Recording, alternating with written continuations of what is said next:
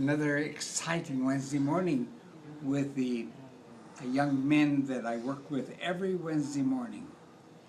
And today, the thing I want to talk about is how much we spent in just talking about the engagement of students in the learning process. Corey and Eric talked about a 6-year-old child who got so excited about learning that she learned to name all the letter names of chords to be able to play those, and then declared that she was going to write 6 songs around a central theme. Very exciting. And I once went to a school in the Phoenix area and was working with a class of children. Everyone sat on the front edge of their chairs, and they took the story of the 3 little pigs and used it as a basis for their opera.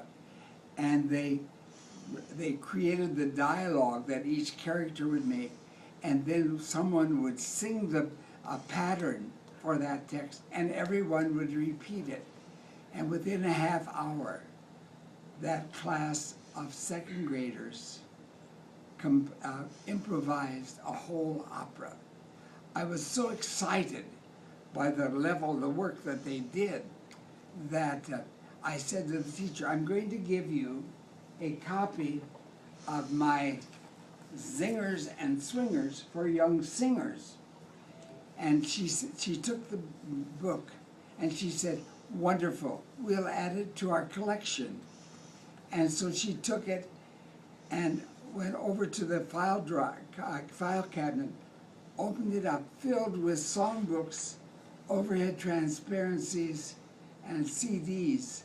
And she said, we start every day singing. We sing until we get the energy up, and then we go on with our work. If the energy level drops during the day, she said, I don't say a word. I just put on another CD and show the words, and we sing until the energy is back, and then we go on. But at one of our schools in Tucson, I had this book on percussion, in which I had also created drum pads, practice pads, and had drumsticks, and I had one for each child in the room. And so we opened them up and played the little things in here, with a recording that is in the back of this publication. And they were very, very excited, having something in their hands with which they could really create sound. Later on, we made a composition out of the various patterns, using the various sounds in the room. One, a great large ball-like thing they used in physical education, became a boom, boom, boom, boom. And then as we searched for other things, they said, oh, we could use the metal part of the water cooler. And so that created a different sound or a different timbre. And then I said, what else? And they said, oh, the wastebasket. And so they put the wastebasket up, and we created a piece.